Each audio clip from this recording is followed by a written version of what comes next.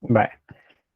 Entonces, el tema que vamos a iniciar hoy, como les anunciaba hace un momento, estamos en un proceso, o más bien nos queda en medio de un proceso de transición. A nivel de estilos, de movimientos artísticos, estamos entre el gótico y el renacimiento. A nivel de tiempo histórico, estamos entre la Edad Media y la Edad Moderna. Eso lo vamos a ver cuando iniciemos propiamente el Renacimiento, el 480, que es el primer Renacimiento. Pero esta, como se acerca más al gótico, lo vamos a revisar acá, como un punto de transición, aunque es como que inicie en el 1300 y termina alrededor del 1500. Entonces, por eso digo, queda entre el gótico y el renacimiento. O sea, tiene tanto elementos góticos como también elementos del renacimiento. Entonces, lo que vamos a ver es gótico en Flandes y en España. Entonces, ese caso es diferente a cómo funciona el resto de Europa. O sea, no es que no haya existido una transición también en Francia, por ejemplo, o en Italia. Pero lo que sucede es que hay algo diferente acá. No es igual a cómo cambia del gótico al renacimiento en el resto de Europa. Entonces, por eso lo vamos a ver diferente. Así que eh, acá estamos, gótico en Flandes y España. Y lo primero es el gótico flamenco. Ese es un término que seguramente ya habrán escuchado. Cuando se habla de música, por ejemplo, o hay quienes tienen un apellido flamenco. Yo de hecho tengo familia que es de apellido flamenco en la zona de Sonsonate. Entonces es un apellido. ¿Pero qué significa flamenco? Flamenco significa que es originario de un país del norte de Europa para esta época entre el gótico y el renacimiento que se llama Flandes. Entonces, todo lo que viene de Flandes se denomina flamenco. Entonces, la música flamenca se llama música que viene de Flandes, solo que ahí tiene como un poco más de características propias de la cultura española. Porque España tenía, por así decirlo, mucha relación comercial con estas regiones, igual hacia la zona sur de Francia. También las alianzas que hacían entre los reinos. Entonces, Flandes está ubicado en donde actualmente hablamos de los Países Bajos. Holanda, por ejemplo, Bélgica, es la zona en la que se desarrolló esta cultura y en la que vamos a ver luego pues, unos países, especialmente Holanda, que es la que más conocemos. Bien, ¿qué sucede acá? Hay un desarrollo económico bastante grande en esta región y hay un ascenso muy rápido de la burguesía. Acuérdense que el señor burgués era alguien que tenía mucho dinero, pero no tenía privilegios, porque tanto la iglesia como la monarquía lo habían relegado. O sea, para ellos simplemente era una de las castas que no tenían privilegios. Digamos que era obrero, no correspondía al nivel de ellos. Entonces el señor burgués se tuvo que ir abriendo poco a poco espacio en diferentes áreas de la vida cotidiana de esta época. Y igual que en el resto de Europa, pues va a llegar a tener ya en periodo renacentista prácticamente dominio en muchos lugares. O sea, van a desplazar en algunos casos a la monarquía o a la iglesia. Entonces, aquí hablamos de una región en la que hay mucho movimiento económico. Acá. Entonces, acá vamos a encontrar que hay un estilo pictórico que se inspira en aquellas pinturas que veíamos en las miniaturas, en estos códices iluminados, donde se veían las imágenes como con mucha luz, con mucho detalle también. Veíamos en el gótico el jardín, a la Virgen en un jardín, ¿verdad? Eso es como un antecedente de lo que se está desarrollando acá. Hay mucho detalle, ya hay búsqueda de trabajo de proporción. Las imágenes buscan proporción, aunque todavía no la tienen al 100%, pero cada vez se ven más naturalistas las imágenes. Acuérdense que en el gótico se inventó, por así decir, el óleo. Entonces, esa es una técnica que van a explotar muy bien los pintores y la van a llevar a un nivel de dominio bastante grande. Eso lo vamos a ver en Flandes, lo vamos a ver también en el primer Renacimiento y segundo Renacimiento italiano. Entonces, esto que vemos por acá son algunos ejemplos de ese extremo detallismo en el que, con el que se desarrollan las imágenes. Entonces, el tema mariano va a ser siempre presente, porque acuérdense que es el tema alrededor del cual gira la mayor cantidad de producción artística del gótico. Este es otro también, es de la obra religiosa, este se llama El Descendimiento, Roger van der Weyden, y este es un cuadro donde se muestra el descendimiento de Cristo. ¿Ven? La cantidad de detalle que hay en la figura humana, en la ropa, en los rostros, es prácticamente retrato el que están realizando ya acá. La forma del cuadro es porque estos estaban acomodados en grandes salones. O sea, un cuadro de este tamaño fácilmente puede tener unos 4 metros de largo por unos 3,5 de alto o más. Son cuadros bastante grandes. Acá tratan la figura humana, perdón, la apariencia de la figura humana, todavía con un poco de problemas de anatomía. Vemos los cuerpos un poco largos, falta de correspondencia en algunos casos del tamaño de la cabeza con el resto del cuerpo, pero eso es parte de la búsqueda que tienen todavía para la realización de la imagen más detallada. Nos presenta a los apóstoles y algunos de los que les colaboraron para el entierro de Jesús. Vemos María acá, que se ha desmayado. Noten el color de la piel, es pálido. Eso está denotando un desvanecimiento. O sea, se ha desmayado. El caso de Cristo es completamente pálido, puesto que es Cristo muerto. Y bueno, ahí María de Magdalo y otra más. Un dato que deben siempre tomar en cuenta cuando hagan descripción de estas imágenes es que las ropas de los personajes están basadas en el tipo de ropa que se utilizaba en esta época. O sea, no tiene nada que ver con la usanza, la ropa a la usanza de, de los judíos en la época en la que se dice nació Jesús o en los años posteriores, sino que esto es ropa de la gente o la gente común cuando quieren representar gente como por ejemplo los apóstoles o en el caso de María o de algunos otros de los personajes que aparecen acá, pues ropas muy suntuosas, mostrando pues el poderío económico de la burguesía o de la monarquía también.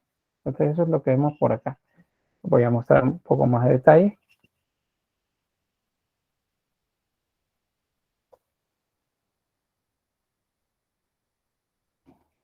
Se alcanza a ver ahí el detalle de la tela del manto sobre María, en el pelo, los rostros. Esto es, para esa época es inédito, o sea, esto no se había hecho, no se había hecho antes. ¿Y qué lo permitió? Pues el estudio de la figura humana, que los artesanos se reunieron, trabajaron entre ellos tratando de mejorar las técnicas. Los artistas, una vez lo hicieron, comenzaron a mejorar su propia técnica y el óleo como tal, como elemento técnico para la preparación de la obra. Y otra más detalle. Tal vez no alcanzan a ver, pero aquí hay hasta lágrimas pintadas en el rostro. En el caso de Cristo,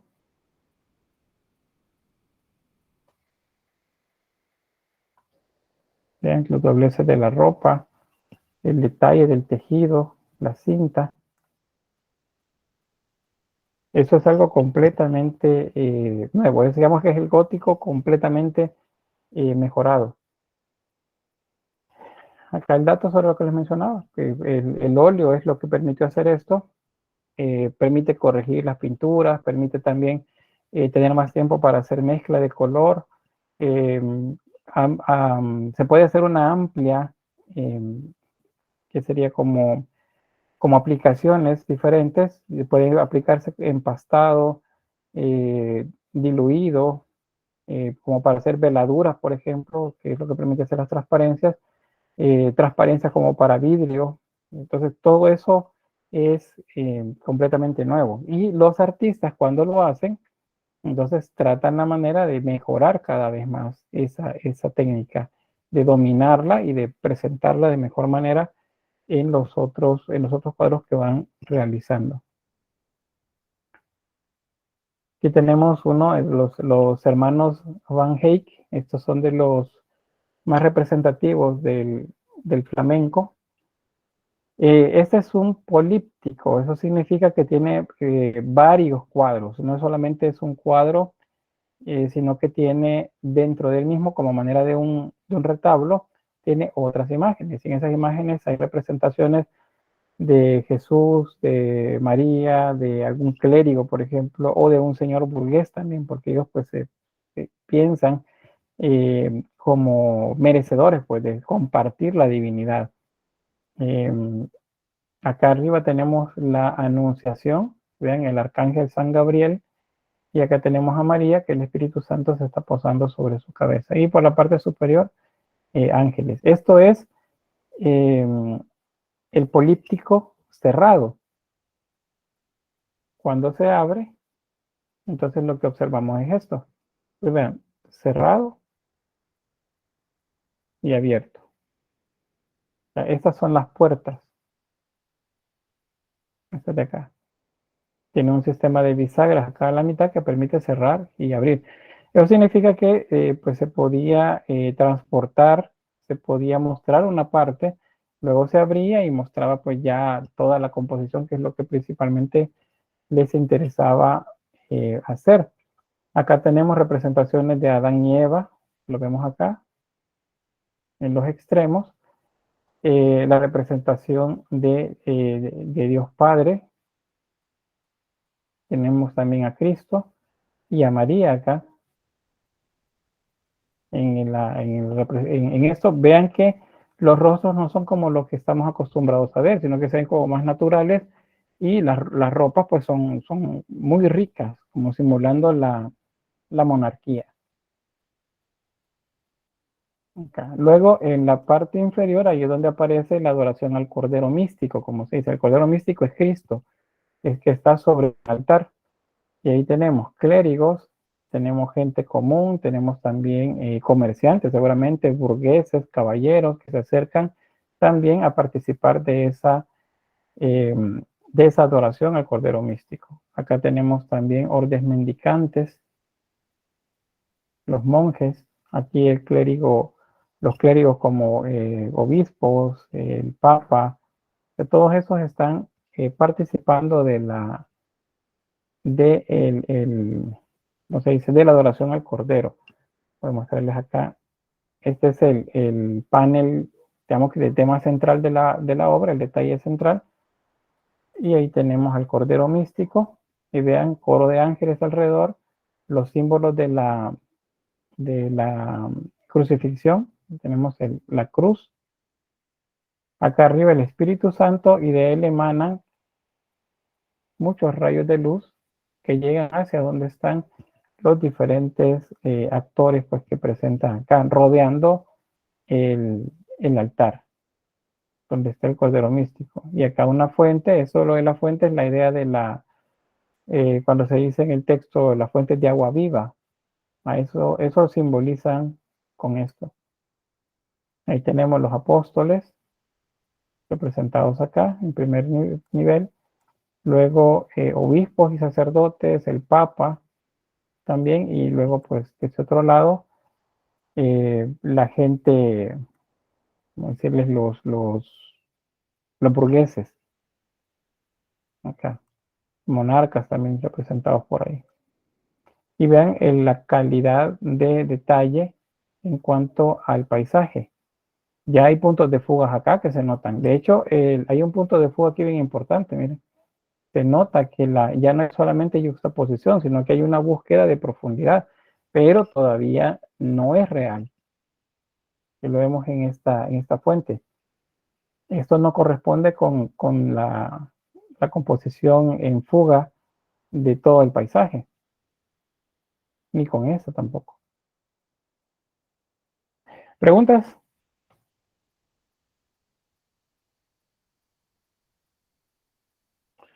Hay una pregunta acá que tiene que ver con otra cosa. Que Claudia dice, ¿cuánto tiempo estará disponible el examen mañana? Es 1 hora con 30 minutos. Es el tiempo para desarrollar el parcial. Bien, todo bien, dice Marco. Bueno, avanzamos entonces. Ese también es, bueno, uno de los hermanos Van Eyck. Ahí tenemos a Jan Van Eyck. Y este es el hombre del turbante rojo. Acá el craquelado es natural en una obra al óleo, ¿verdad? Ustedes si han trabajado ya óleo saben que pues cuando se ha trabajado en pasto y el cuadro tiene mucho tiempo, pues se va envejeciendo y se va contrayendo la pintura y donde aparecen es lo que se ve por acá. Pero en el momento que fue hecho, seguramente esto era completamente nítido. Noten el brillo en el ojo y el nivel de detalle en el turbante que tiene sobre la cabeza. También la vista, el movimiento del rostro, eso se llama de 3/4 de perfil. 3/4 de perfil es esta posición. Y bueno, lo otro es la composición, la luz lateral sobre un fondo completamente oscuro. La Virgen del Canciller Rolling, también de Jan van Eyck. Y esa es una representación de un alto clérigo que está haciendo meditación y oración y es como si la Virgen se le presentó. Y entonces él observa cómo, bueno, la Virgen tiene al niño y está colocando sobre su cabeza, le están colocando sobre su cabeza una corona, como reina del cielo. Ahí vemos la calidad de detalle, vean los detalles acá en los capiteles, en estos frisos, los arcos, estos peraltados, las columnas, el nivel de detalle en el fondo. El caso del niño, el caso de María, vean que es una jovencita, y la pintan de esa manera a inicios bueno, en el gótico, inicios del Renacimiento se le pinta bien joven a ella. Hasta el piso, ¿ven? Y acá sí hay una búsqueda de composición que tiene que ver con puntos de fuga. ¿Ven? Vean la cantidad de detalle que tienen los mantos o el suelo, o el paisaje de fondo. Y Estefanía dice, bueno, que sorprenden los detalles del fondo. Eso es también. Estos cuadros no son pequeños, les repito, son cuadros bastante grandes. No sé si han tenido oportunidad de estar en museos donde se muestran estas pinturas de esta época, pero prácticamente son paredes, son grandes. Digamos, 4 metros por 3 metros, por ejemplo, de altura. Eso les permitía a los artistas trabajar con gran detalle. Ahora, dominando el detalle en grande, entonces comenzaron a trabajar en pequeño formato. Entonces luego encontramos que hay pinturas que tienen 1 metro por 1 metro y podemos encontrar esa cantidad de detalles en la forma. Entonces, una vez dominaron la técnica, el óleo, y tuvieron esa capacidad de interpretar las formas y el tamaño, pues entonces comenzaron a reducir los cuadros también. Dice la pintura más hermosa que la de los romanos. Eso es correcto. Acá ya vemos, al menos en términos estéticos, de lo que nosotros como cultura occidental consideramos como bella, pues aquí es donde comenzamos a ver ya eso. Luego lo vemos en el Renacimiento también, en el Barroco, el Neoclásico, el Romanticismo. Vamos a ver cómo hay una cada vez más búsqueda de detalle, y de naturalismo en la representación de las formas. Ahí está lo que mencionaban del fondo, vean. O sea, las montañas que están allá, el río, el puente, las casas. Y luego si vemos los detalles del niño, los pliegues de la piel, la mano, el orbe con la cruz que está sosteniendo, los detalles del rostro del personaje, igual de María. Esta también es de Jan van Eyck, la Virgen del Canónico van der Pijl. Esto es igual, este es un eclesiástico que está presentando, vemos sus honores a la Virgen, y la Virgen sentada en un altar. Vean este otro, y ahí pues podemos ver la cantidad de detalles de pues vamos a hacer algo por acá.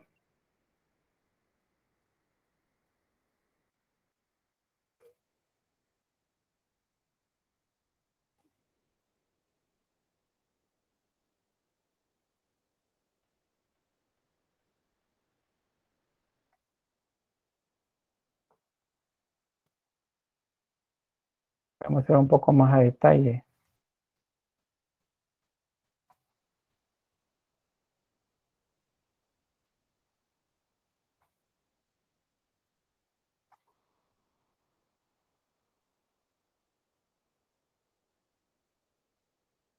Bien, y podemos ver ya un poco más de detalle. Vean todo, las manos, lo que lleva en las manos, el candelabro, la tela pareciera que efectivamente está cosida, o sea que lleva una decoración que ha sido bordada sobre su traje, las joyas en la mitra que ocupa, la cruz, este otro igual, el traje del caballero, el rostro del canciller que se muestra ahí. Esta calidad de detalles no se encontraban antes, aparecen acá y básicamente estaríamos hablando ya de algo que es contemporáneo al primer Renacimiento, solo que en Italia va a comenzar un tanto diferente.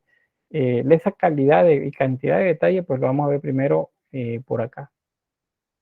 Dice Claudia, las pinturas son extremadamente detallistas que parecen mentiras y justamente parecieran que son fotografías por algunos detalles. O sea, esa es la cantidad de esmero que dedicaba el artista para que la obra fuese lo más natural posible. Y fíjense que esto, me noten acá el faldín del caballero.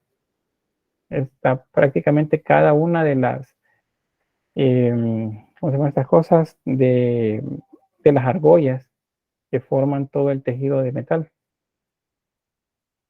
Ahora, ¿qué pasaba con ellos para hacer esto? Bueno, tenían meses para hacer la obra y acá opera algo que no teníamos tampoco antes. ¿Quién paga esto? O sea, ¿quién lo paga? Porque antes teníamos en el resto de pinturas que hemos estado viendo, pues la iglesia es la que encarga, le encargaba a los artesanos, luego le encarga a los primeros pintores, a los primeros escultores y les paga por la obra, pero hemos visto la iglesia. Ahora estamos viendo que quien hace esto, bueno, pues habrá más de algún clérigo que es de la iglesia, pero su familia y probablemente él también es burgués, porque acuérdense que a pesar de las reformas que la Iglesia Católica intentó hacer, pues prevalecieron mucho, especialmente en la zona germánica y esta zona norte que se llama Flandes, las costumbres de la compra de títulos. Entonces compraban los títulos para que alguien se convirtiera en un clérigo, en un obispo, en un sacerdote. Entonces, y provenía de una familia muy pudiente, normalmente burgueses. Entonces hay mucho dinero por ahí. Ellos eran los que pagaban esto, encargaban la obra al pintor y el pintor pues se tardaba un mes, 2 meses, probablemente tenía más de un cuadro encargado y luego pues se presentaba el cuadro, se hacían cenas donde la gente presentaba el producto y se promocionaba el artista. Esta es otra igual, el matrimonio Arnolfini, también de Jan van Eyck. Vean que es pequeño, 82 centímetros por 60. Yo les decía, los cuadros se trabajan primero grandes y luego los pintores los van haciendo un poco más pequeños, de manera que van dominando cada vez más el detalle. Y aquí sí vamos a ver trabajo prácticamente de miniatura.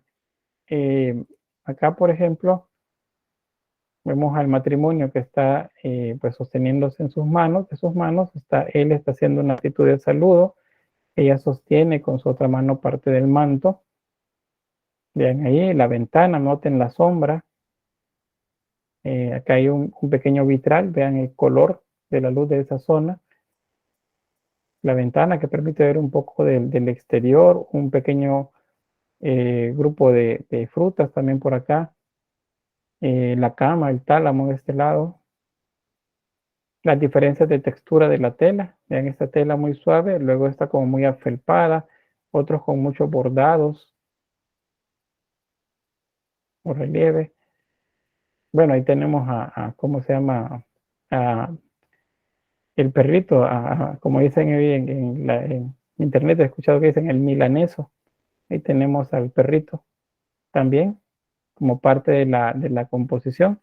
Y este detalle del fondo es un espejo, vean que refleja la escena desde la parte de atrás. Entonces,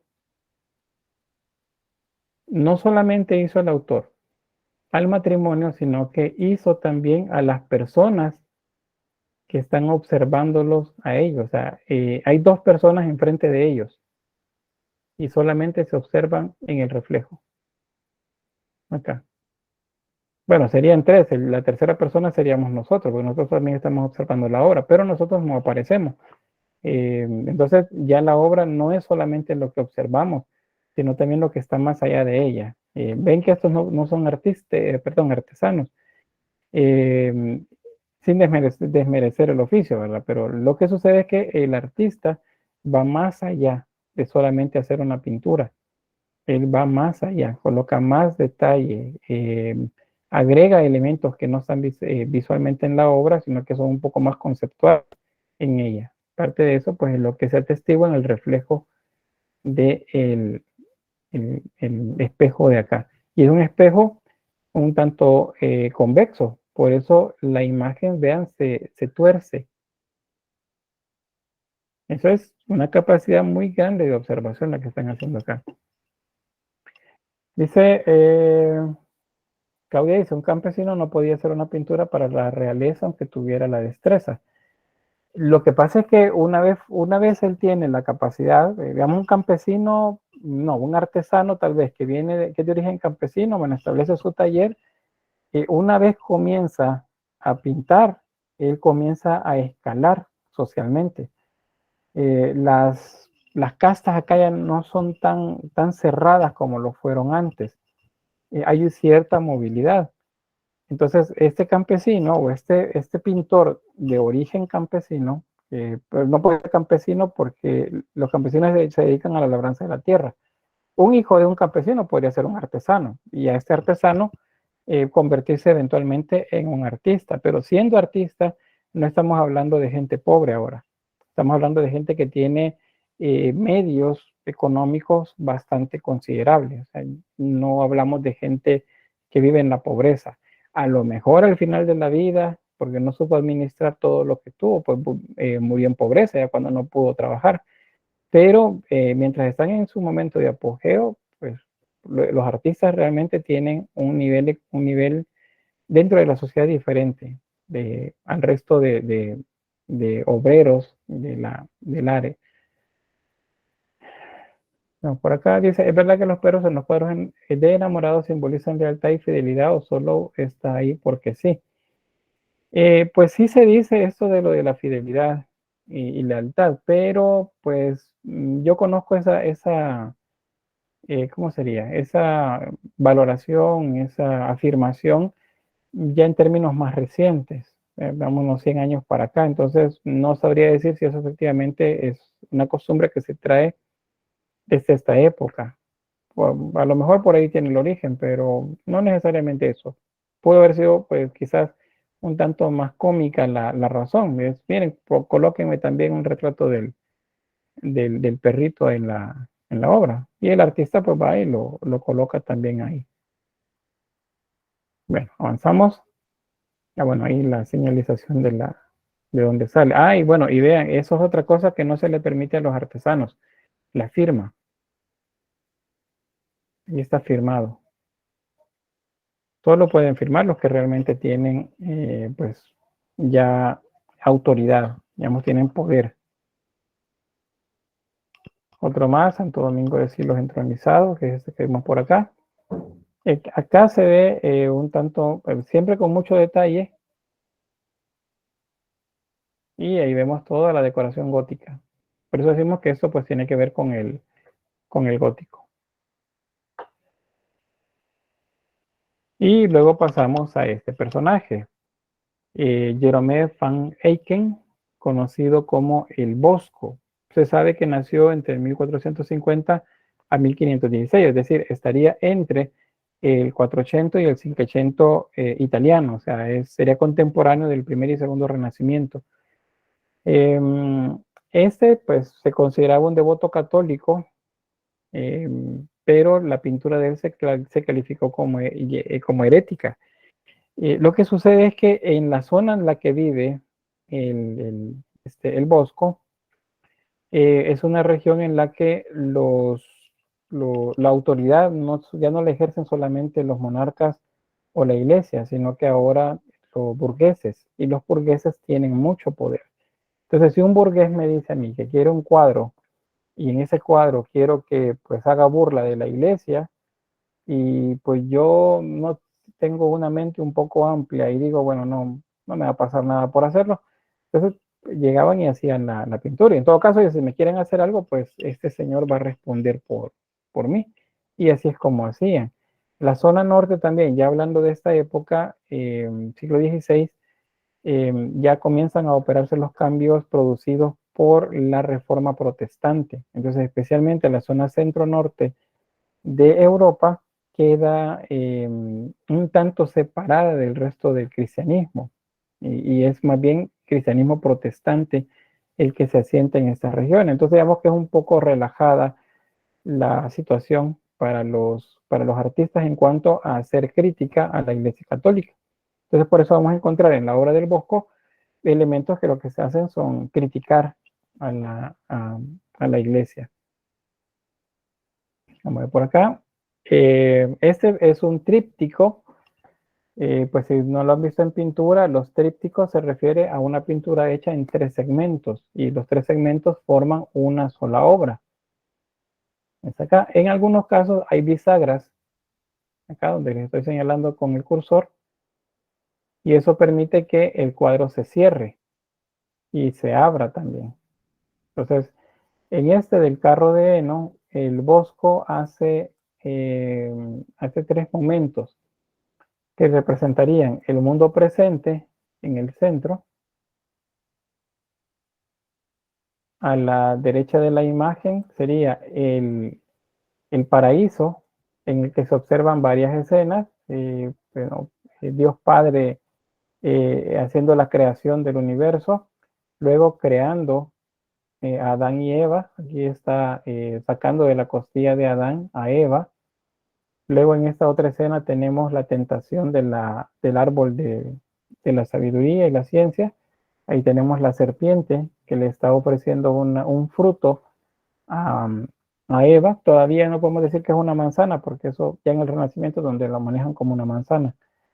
Y luego del pecado, en la siguiente imagen tenemos a un arcángel que con una espada está echando del paraíso a Adán y Eva. Entonces el primer cuadro, la primera sección del tríptico es el jardín del Edén. Luego el centro sería el mundo presente, y acá vemos pues de todo. Hay imágenes que muestran clérigos, que muestran borracheras, crímenes, falta de respeto a la iglesia, a la autoridad, pues, diferentes vicios, como por ejemplo la usura, la codicia, la gula, y no solamente referida a las personas comunes, sino a la iglesia, que es lo que vemos acá. Ahí tenemos unas monjas en este caso que están recibiendo pues muchos bienes de parte de la gente. Y la gente comiendo en el suelo, con niños desnutridos. Aquí tenemos un ciego con su lazarillo, de este lado. Acá borrachos luchándose, otros peleando por acá, otros bailando, estos intentando subirse al carretón de heno. Acá hay elementos pues fantásticos. Son personajes que se van transformando como en bestias o en demonios mezclados con peces, por ejemplo, con leones y otro tipo de seres fantásticos. Y esto combina con el último de las secciones del tríptico, en el que se muestra lo que sería como los infiernos, acá, la zona de castigo. Por eso todo tiene fuego. ¿Ven? Y ahí como llevando, como construyendo un castillo acá, muertos. Acá, por ejemplo, personas siendo devoradas por esta mezcla de peces y sapos que tienen patas como si fueran humanos. La representación de la muerte, lanzando hacia como hacia un lago sucio a las personas. O sea, esto es bastante, bastante grave, bastante fuerte, comparado con el tipo de obra que estamos acostumbrados a ver, ¿verdad? En un contexto de dominio de la Iglesia Católica. Eso se sale. Eh, que el Bosco lo hiciera significaba que tenía de alguna manera la protección de gente poderosa. Y también pues, la manera él de criticar los vicios que se estaban desarrollando dentro del cristianismo católico especialmente, porque acuérdense que la reforma protestante pues buscó separarse del catolicismo. Entonces, por ahí vamos. Vamos a ver un poco más de las reformas protestantes en el siguiente tema. Esta es una sección, un detalle de lo que veíamos hace un momento, solo que un poco más iluminado, para que veamos ahí los detalles. Vean, ahí va un obispo a caballo, como en procesión, pero abajo de él, pues, gente luchándose, acá, gente peleando también por acá, ahí está cortándole el cuello con una cuchilla, otros casi bajo las ruedas, y aquí estos seres fantásticos que les mencionaba. Y acá las monjas acumulando bienes. Este otro está haciendo la curación de enfermos. Tiene la boca abierta la mujer acá y él está agregándole seguramente medicamentos. Luego el símbolo de la pobreza también por acá. La mujer bañando a un niño. Una rata gigante por acá. Un niño desnutrido por ese otro lado. Es decir, es bastante crítico la obra del Bosco. Esa es otra obra también del Bosco. Esta se llama La nave de los locos. Están los locos. Vamos a ver primero acá. Hay varias interpretaciones sobre a qué se refiere la obra. Hay un par de libros de esta época, El elogio a la locura y La nave de los, no recuerdo, pero no es de los locos. Hay otro libro también que se hizo para esta época. Entonces se dice que probablemente lo que hace es una alusión a esos libros. Y vemos acá los locos, que en este caso son bufones, eh, una monja, un fraile, borrachos, una mujer religiosa por acá, y todos pues comiendo. Y abajo otros tratando de pues que se les caiga parte de las migas, gente pobre que no tiene que comer, pero estos sí van alimentándose mucho. Acá hay un barril de vino ahí al fondo, pesca, y este otro que intenta pues comerse lo que está acá arriba también.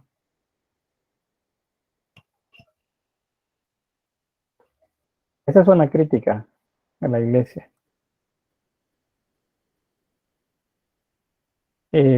La reforma protestante, voy a tocar un poco de eso, la reforma protestante pues fue justamente una respuesta a la manera así como tan ligera en la que se veían las cosas cristianas por parte del catolicismo, también los vicios que tenían, sacerdotes que no respetaban el celibato, sacerdotes o monjas que se dedicaban a la bebida, o sea, lo que menos se dedicaban era a lo por lo que habían sido formados, o sea, todo eso, todos esos vicios, aunado a otras cuestiones más estructurales dentro del catolicismo, fueron los que provocaron la reforma.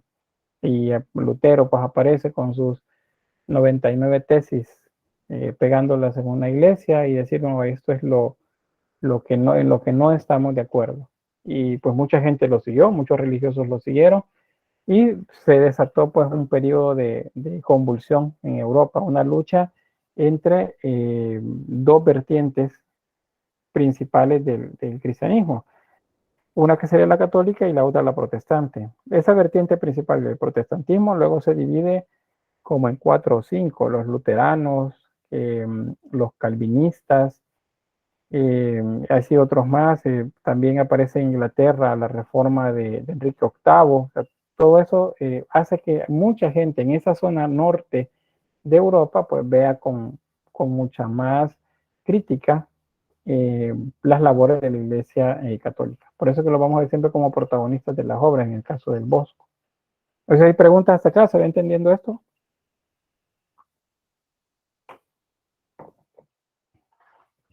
Díganme algo. Sí, Lick, todo está claro. Bien, bien, todo claro. Espero que todo sea claro como así en plan 4K, ¿verdad? Así muy claro todo. Bien, la extracción de la piedra de la locura, también esta del Bosco. Lo que sucede con esto de la extracción de la piedra de la locura es que se pensaba que las personas que perdían el juicio tenían dentro de su cabeza una piedra y esa piedra había que, que extraerla.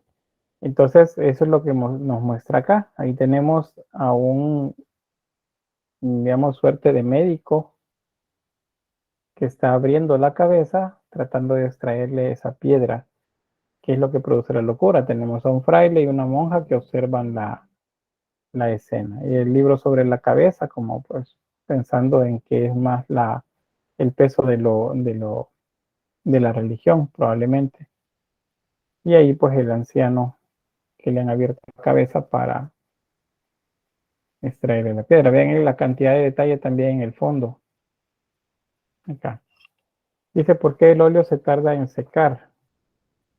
Todo claro como el verdadero gótico. Muy bien, Marlon. Javier dice, ¿por qué el óleo se tarda en secar? Porque sería el material en el que es disuelto el pigmento, es un óleo, es un aceite, el aceite no seca rápidamente, o sea, no se evapora como el agua.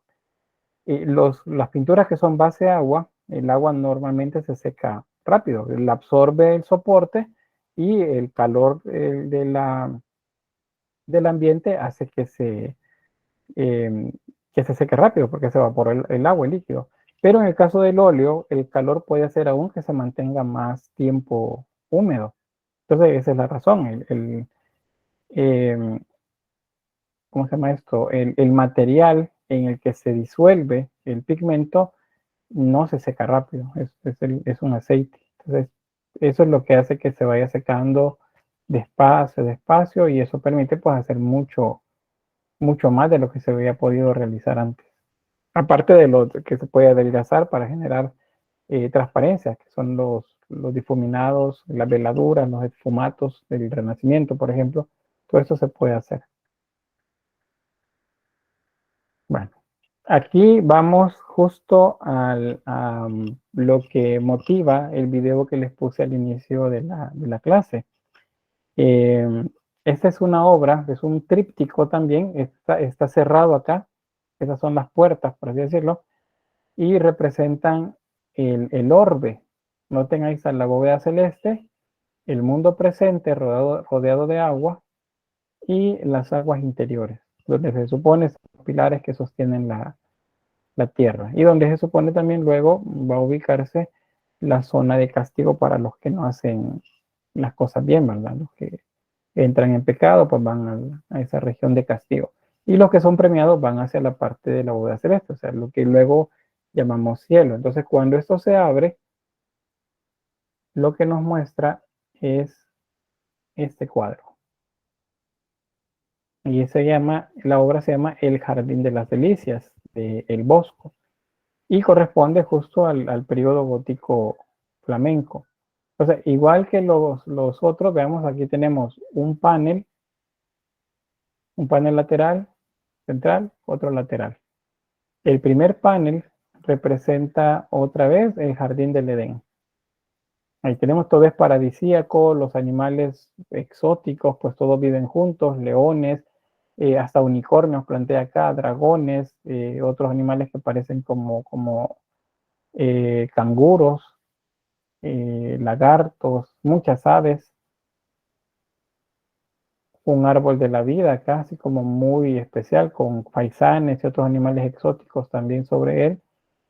Eh, También otros animales exóticos de los que seguramente el Bosco había leído en los libros de estas personas que se aventuraban pues en diferentes países y que recogían eh, formas de animales o de plantas que les consideraban exóticos. Este es también el momento en el que Dios Padre está presentándole a Adán Eva, que la acaba de sacar de una de sus costillas. Eso es lo que está representado acá. Luego el panel central, aquí es el mundo presente. Y en el mundo presente, él dice, es el jardín de las delicias. Entonces, esas delicias de las que habla, básicamente es una referencia a los pecados. Dice, bueno, es delicia, o sea, saben bien, pero pues, es un pecado lo que se está realizando. Simbólicamente lo representa pues de muchas formas, animales, plantas, frutos, por ejemplo, ya les muestro por acá. Este es uno que se repite bastante, la granada. Aquí están dentro de una granada, que unos amantes, vean, se están besando, pero hay otro personaje adentro de la misma granada. Ella está comiendo una granada también acá. Acá el cuerpo está dentro de una granada, una fresa también, una mora, acá, frutos así un poco exóticos. Vean, también hay otra pareja por aquí, otra pareja por allá. Estos otros están ocultos adentro de un árbol, otros acá ocultos. Entonces son tres los que están juntos aquí. Otros que se besan por acá, otros cuerpos que se juntan y solo vemos las piernas que sobresalen. Acá formas, que es lo que decía el poema que les puse al principio en el video, formas, cosas que entran o salen por el ano. Acá otra vez, parejas. O sea, se refiere este jardín de las delicias a los pecados. Bueno, acá la almeja. La almeja es un símbolo también que representa el erotismo. Y dentro hay una pareja. Y así otros más. Prácticamente todo el cuadro está pintado con ese tipo de alusiones. Y luego pasamos al tercer panel. Este es el que representa el infierno, o sea, la región de castigo. Entonces acá, todo lo que sucede acá en la tierra, todo va a tener su castigo. Entonces, otra vez se presentan acá vicios, pecados en esto, pero pintados de manera como muy, muy simbólica. Bueno, una ciudad en llamas. La idea del infierno todavía no es tan clara, pero pues ya va teniendo forma. Falta todavía que Dante Alighieri nos presente la Divina Comedia y la Iglesia Católica diga, bueno, miren, así es el infierno.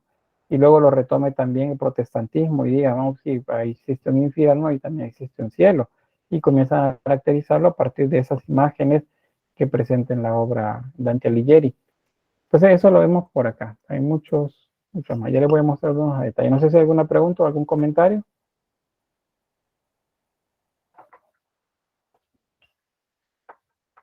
¿No?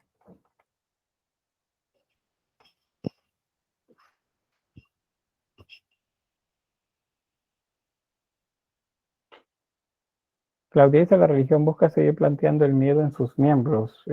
Sí, así lo van a hacer por esa época. Luego dicen que no y que no, bueno, todo está bien. Yo esperaría que sí, ¿verdad? Bien, vamos a ver algunos detalles. Acá lo que les mencionaba ya de la almeja. Acá los frutos que salen desde la zona genital. Las moras que ya les mencionaba. La granada, ¿ven?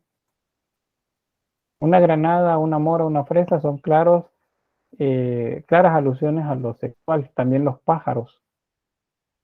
Y aquí vemos un desfile de animales extraordinarios. Algunos autores dicen que pues el Bosco fue así como alguien adelantado a su tiempo y planteó imágenes de orden surrealista. El surrealismo un estilo artístico que aparece hasta el siglo XX, pero eso estamos hablando del siglo XVI.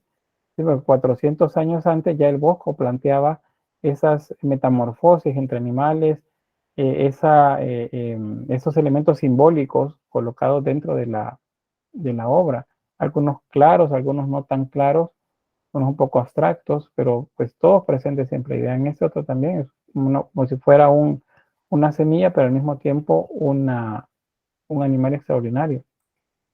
Cosas que uno no sabe exactamente a qué se refería. Por ejemplo, ven acá un rostro adentro de esta esfera y hay un tubo de cristal y hay una rata en la punta, un pájaro muerto, el búho, un símbolo de la noche, otra pareja por acá, un trío por allá, otros escondidos acá. Entonces, eso es lo que se representa. Este es del panel de la zona de castigo, como se dice, lo que representa los pecados y los castigos. Vean a este personaje que se devora a una persona y del trasero de la persona salen aves negras. Luego él está defecando acá y las personas que salen defecadas, que fueron las que previamente se comen, pues van a caer a esto que pareciera una letrina. En esa letrina hay uno que vomita, otro que está haciendo sus necesidades y lo que le sale son monedas que van a caer a ese mismo lugar. Bueno, este otro, un ser que parece un lobo, un coyote mezclado con humano, que pues toca, manosea a una mujer. Luego tenemos acá otro, y en el trasero de él, que es un espejo, se ve reflejado el rostro de ella. Entonces son cosas como muy simbólicas, tanto extrañas algunas, que el Bosco las retomaba. Hay las manos cortadas, los pies cortados, cuchillos. Eso se refiere a algunos remedios de la época para algunas afecciones. Por ejemplo, si alguien tenía alguna herida que no curaba nunca, entonces cortaban, por ejemplo, el pie, cortaban la mano, de manera que el mal no se extendiera al resto del cuerpo. Pues eso es lo que vemos por ahí. ¿Ven? Una mano atravesada con una daga, eh, cartas, es cierto, de juegos de azar, un ser humanoide como rata, ¿ves? Tiene huesos en lugar de zapatos y unas cucharas puestas como manera de espuelas, con un escudo y una espada en su espalda. Una joven igual, juegos de azar, veamos el dado. Este pareciera un clérigo, pero tiene la cabeza de una liebre. Estos otros monstruos, algunos avergonzados acá y otros con mucho terror por estar siendo atormentados por estos seres. Entonces es bastante, bastante surrealismo. O sea, no corresponde al estilo, pero toda la obra, toda la imagen acá podríamos decir que es como surrealista.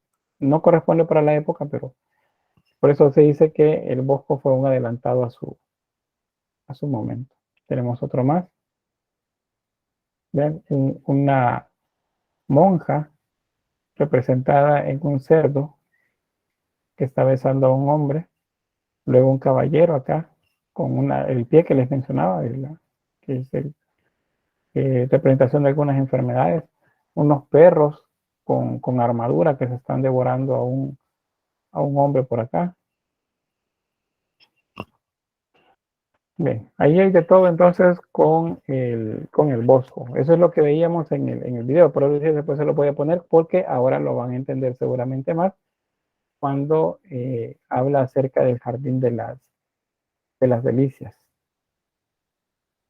Bien, Barro dice un surrealismo años adelantado que el de Salvador Dalí, correcto, muy adelantado. Muchos dicen que la obra igual de Dalí tiene un poco de Velázquez, tiene un poco del Bosco, porque pues retoma pues todas esas imágenes oníricas, esas imágenes que solo vemos en nuestros sueños o en pesadillas.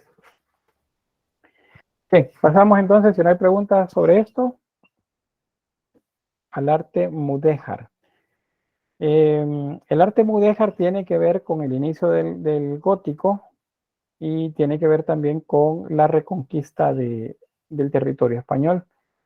Entonces, la arquitectura mudéjar está entre el siglo XII y el siglo XVII, tanto en Europa como también acá en América. Acá la vamos a encontrar en toda la región que fue colonia de España. Entonces, por eso es importante ver las características acá, que seguramente les van a servir para orientarse mejor cuando vean el mudéjar aplicado en el Reino de Guatemala, cuando estén en Historia 4. Yo esperaría para que pues, no cuando quien esté encargado de la materia les pregunte, ¿se acuerdan de tal cosa? Ustedes digan, no me acuerdo. ¿No vieron eso en clase? No lo vimos, dicen. No, sí lo vimos. Lo que pasa es que no se acuerdan.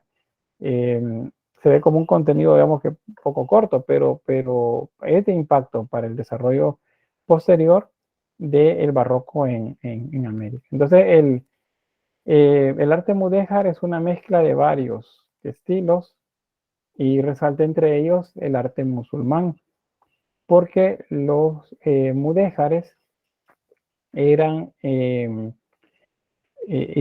personas que profesaban el Islam que pues quedaron bajo dominio cristiano luego de la reconquista de España. ¿Se acuerdan que cuando veíamos el prerrománico hablábamos de cristianos bajo dominio musulmán? A eso le llamábamos mozárabes. Ahora, los musulmanes bajo dominio cristiano se les denomina mudéjares. Entonces, y el arte que producen ellos es el arte mudéjar. Entonces, alude a los musulmanes que siguieron profesando su religión.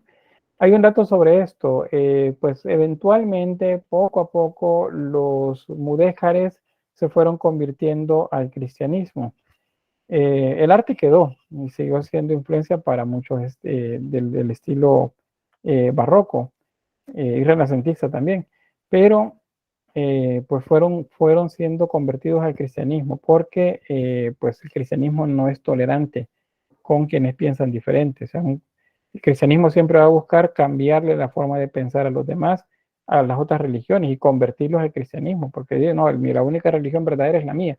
Entonces, convierten o tratan de convertir a los demás a su religión. Eso no sucede con los musulmanes, por eso es que los mozárabes vivieron bajo dominio musulmán, pero lograron continuar con su religión. Bueno, ¿qué es lo que sucede acá con ellos? Que vamos a encontrar muchos vestigios de ellos en la España, especialmente en la región de Castilla, León, Aragón, toda esa región vamos a encontrar bastante. Hay muchos estilos que entran en juego para la obra mudéjar, como por ejemplo el románico, el gótico, un poco de renacimiento también cuando comienza a aparecer el renacimiento, y el arte musulmán, los arabescos, el atahuique, el lacería, el arabesco en general, pues va a ser presente también en este tipo de obra. Mudéjar es una palabra árabe que significa, ¿cómo se llama? Que se decía que eran, o era el término bien asignado para los musulmanes que vivían en territorio cristiano. Bueno, ahí van a tener esto para que lo revisen, la diapositiva, y vamos a algunas características. Vamos a ver torres campanario en las obras mudéjares, también la preferencia por materiales pobres como ladrillo, yeso o madera, el ladrillo de barro, arcos de origen musulmán, algunos mixtilíneos, entrecruzados o arcos de herradura también, aunque también se encuentran arcos apuntados, arcos de medio punto también.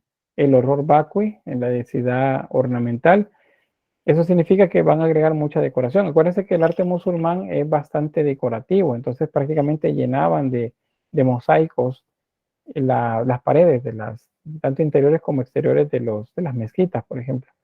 Entonces, eso se va a tomar también acá.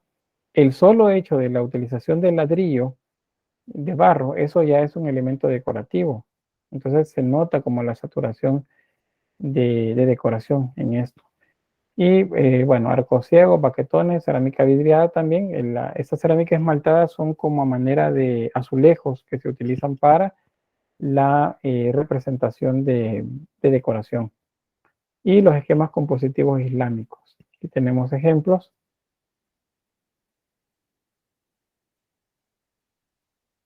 Esto parecería musulmán, pero no corresponde al periodo del desarrollo del arte musulmán, sino al de dominio cristiano en la región de España. Entonces, ya es solo eso, saber qué corresponde a esa época, entonces, bueno, entonces es un mudéjar. Vean el color, hay una preferencia por el color, el tono del barro y la utilización de mucha decoración con azulejos, son estos verde, azul que vemos por ahí. Las celosías,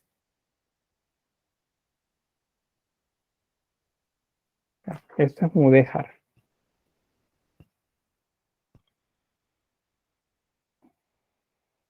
Aquí vamos a detalle. Vean, arcos ojivales.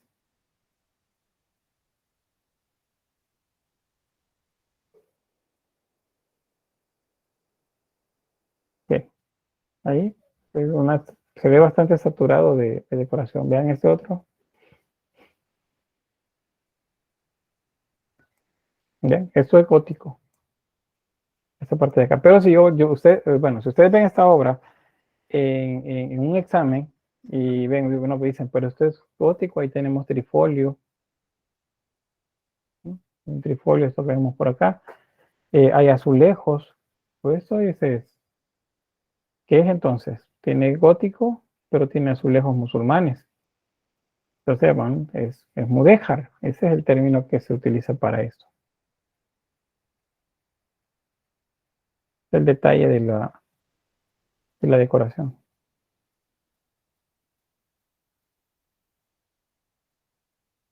O sea, tiene un poco de lacería, el arabesco. Otro más.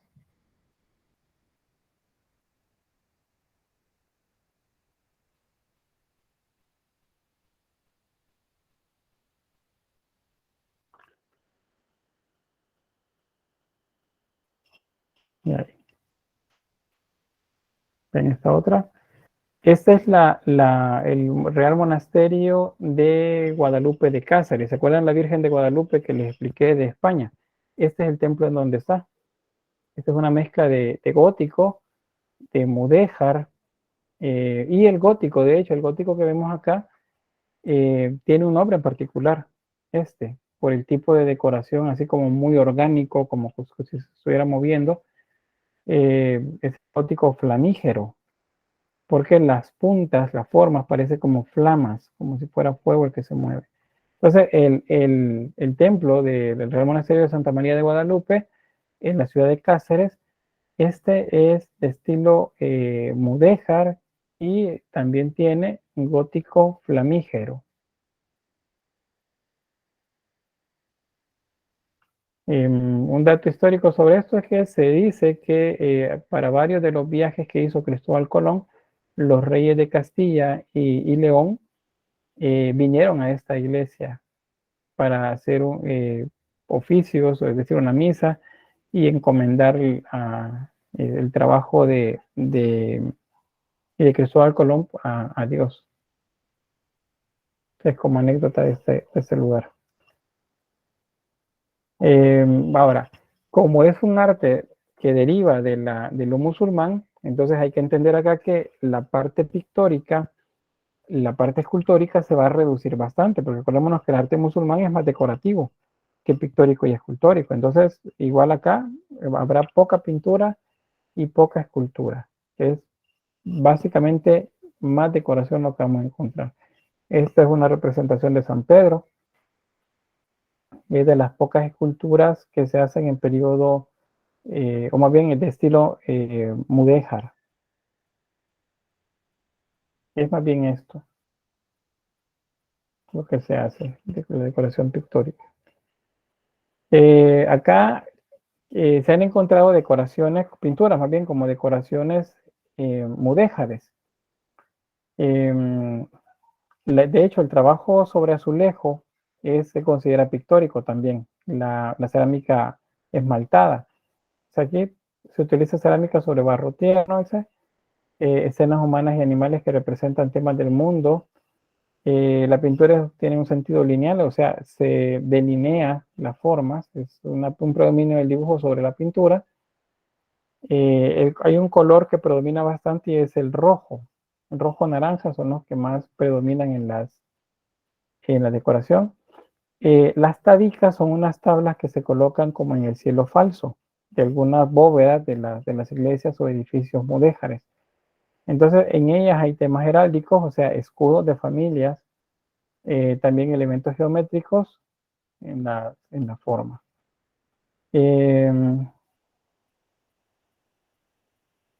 Bueno, dice que raramente se utilizan acabados en liso que podrían ser al temple sobre tabla. Esta es una de esas iglesias en donde se han encontrado. Esta de la iglesia es estilo mudéjar. Vean la torre.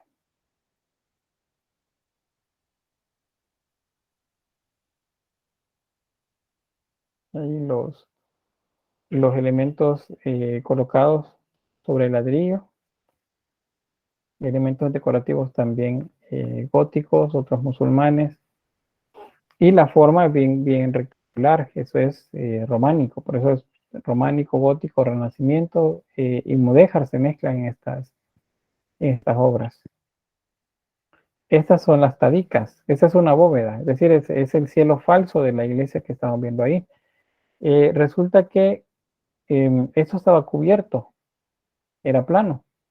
Entonces, cuando estaba deteriorado el techo, pues alguien dijo, miren, hay que limpiar, hay que ordenar, hay que quitar eso y ponerlo nuevo. Y comenzaron a hacer obras de restauración de la techumbre que tenía esta iglesia. Y en ese momento encontraron esto atrás. Y obviamente pues lo iban a mostrar, ¿verdad? Entonces quitaron lo que lo cubría, hicieron un trabajo de restauración y entonces encontramos esto. Esto es decoraciones mudéjares en interiores. Y bueno, las tabicas son las tablas en las que se pintaba. Los tirantes son estas tablas, estas vigas, perdón, que ayudan a sostener ¿cómo se llama? Las paredes del edificio. Los canes zapatas son estos bloques, también de madera, por sobre los que se sostienen los tirantes.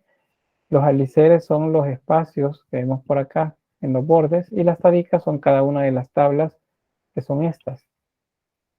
Estas tablas que ven aquí, o sea, esos recuadros, rectángulos que ven con esas pinturas, estos están representados ahí. Cada uno de esos espacios que ven por ahí es una tabica. Cada uno de estos. Entonces los temas eran muy variados, hay cuestiones mitológicas. Aquí, por ejemplo, el mito de San Jorge y el dragón, una quimera, un centauro luchando contra un león. También acá un joven que está mediando entre dos competidores. Uno está realizando en cerámica una decoración y el otro lo está realizando en pintura.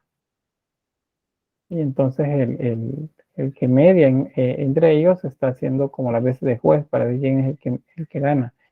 Chicos y parejas pues teniendo intimidad también. Es parte de la vida cotidiana, pues y ellos lo colocan por ahí en las imágenes. Esas son las tadicas, perdón. Son tadicas. Y eso es de lo poco que se conoce como pintura mudéjar. ¿Preguntas?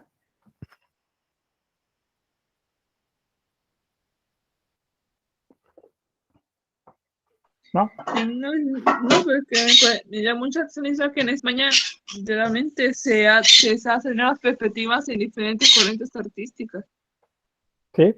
Eso es cierto, y corresponde ese tipo diferente de corrientes en la influencia musulmana. Eso es lo que lo hace diferente al resto de Europa. Por eso no podemos valorar a España dentro del resto de Europa cuando hablamos de arte. Es un caso aparte. Bien, avanzamos ahí. Este es otro tipo de gótico. Se llama gótico isabelino, porque la mayor cantidad de edificios que se construyeron fueron a petición de la reina Isabel I de Castilla.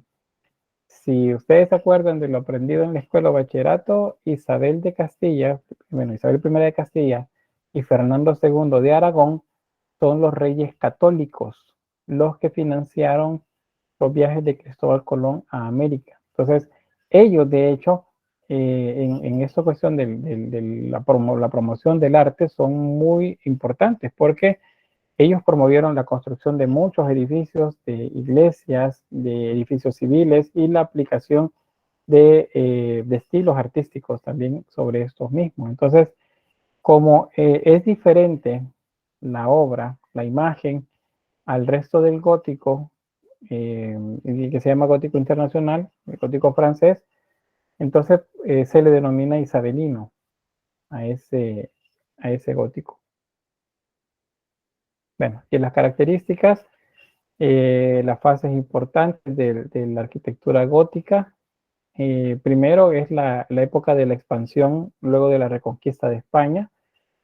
Hay un momento de estabilidad y de prosperidad económica, dado que se han recuperado tierras de cultivo. Hay prosperidad en este primer momento. Luego, a finales del siglo XV, cuando pues, se produce el resurgimiento de España a partir de los recursos que comenzaron a obtener de América. O sea, luego de la reconquista de Granada, que es lo último que pierden los musulmanes en España, viene también el descubrimiento de América. A ver si me dicen en qué año fue. El día fue hace poco, pero a ver, díganme el día y el año del descubrimiento de América. El 12 de octubre de 1492. Muy bien, y Marlon dice también 1492. Es justamente esa época, ese momento, y han pasado 530 y ¿cuánto? No, 530 años de ese momento, el descubrimiento de América. Pues ahora se sabe que antes de Cristóbal Colón vinieron otros más. Unos 300 años antes, 400 años antes, ya América ya había sido descubierta. La diferencia es que no se colonizó. Eso es lo que sucedió. Pero pues tanto noruegos como de otras naciones, pues sí habían llegado a América antes, pero pues no la colonizaron. Bien, entonces los reyes católicos tienen un papel muy importante con este tipo. Este es un escudo, probablemente van a ver este y algunas variantes de este escudo cuando se hagan revisión de arte que va del gótico al renacimiento en España y arte colonial acá en América, porque era una marca de la realeza. El rey de España, o los reyes de España querían que se viera su emblema de poder en cualquier lugar donde se estuviera, donde se vieran. Entonces, bueno, hay algunos elementos acá simbólicos. Bueno, el águila es un símbolo del poder, una águila coronada. Luego tenemos el emblema. Este, por cierto, creo que es la base del escudo de España, si es que no es el mismo. Tiene el yugo, las flechas. El yugo es un símbolo del rey, ¿cómo se llama? Fernando II de Castilla. Y las flechas son un símbolo de Isabel I de Aragón, de ver si no le estoy dando mal el dato. Fernando de Aragón y Isabel de Castilla. ¿Sí? Estos son los símbolos de ellos. Y luego tanto monta tanto, esto es un dicho que significaba que tanto el rey como la reina pesaban lo mismo. Por eso tanto monta tanto, Isabel y Fernando. O sea, los dos tienen el mismo poder, eso es lo que significaba eso.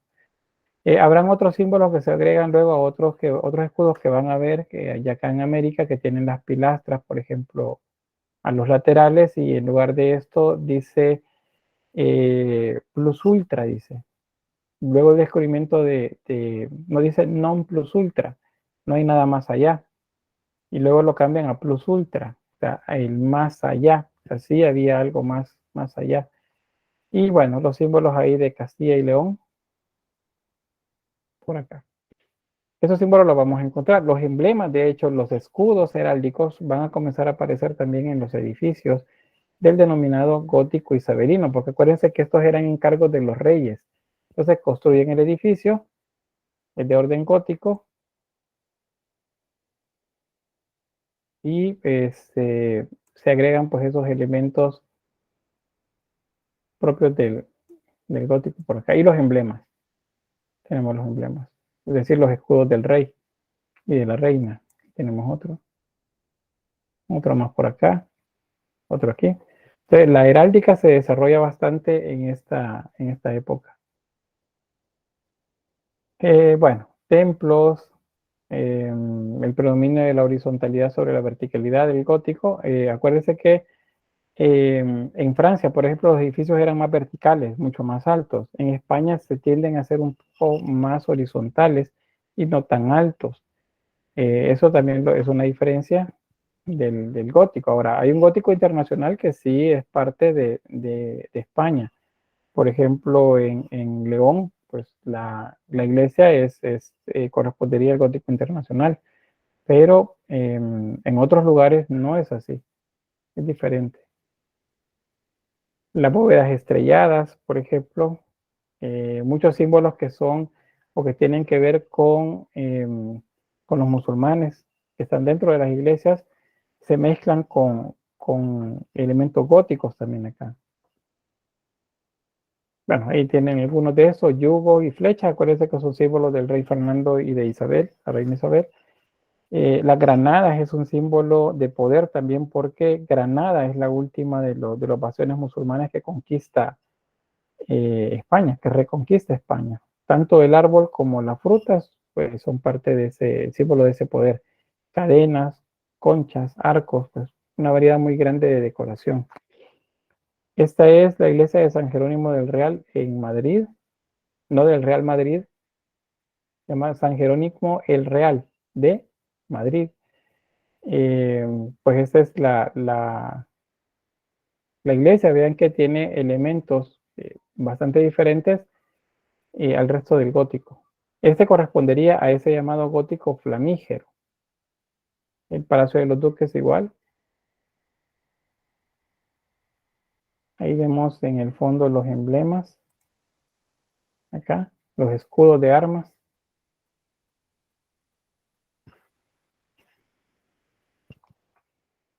Y pues correspondiente también a este gótico isabelino, también llamamos gótico flamígero a algunos elementos decorativos como este.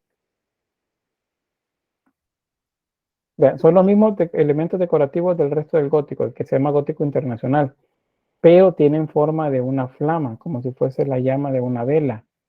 Por eso se le denomina flamígero. Bien, ahí están los emblemas heráldicos. La flor de lis.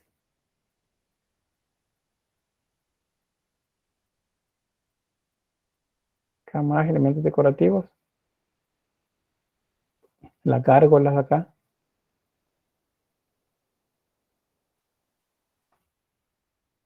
¿Ven? Que es un rosetón siempre, pero noten que los elementos que van acá parece como si fuesen flamas. Por eso se le llama gótico flamígero. Esos son elementos, digamos, más bien de orden decorativo que corresponden al desarrollo del gótico isabelino. O sea, vemos gótico isabelino y dentro del gótico isabelino hay gótico flamígero. ¿Qué se refiere a esto? Cuando la decoración parece que tiene flamas,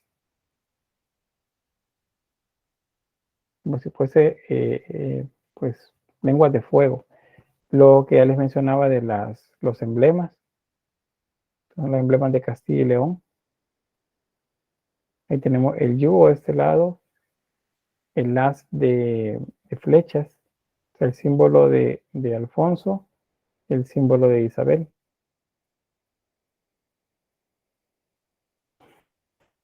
No hay problema, Natanael. Ya casi terminamos, por cierto. Bien, esta es de les mencionaba la iglesia de Santa María de Guadalupe, en Cáceres. Esta no es la de México, acuérdense. Y ahí tenemos gótico flamígero en la parte de arriba. Ahí las bóvedas estrelladas. Y terminamos por ahí. ¿Preguntas? ¿Dudas?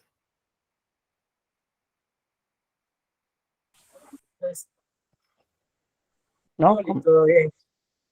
¿Comentarios? Tampoco.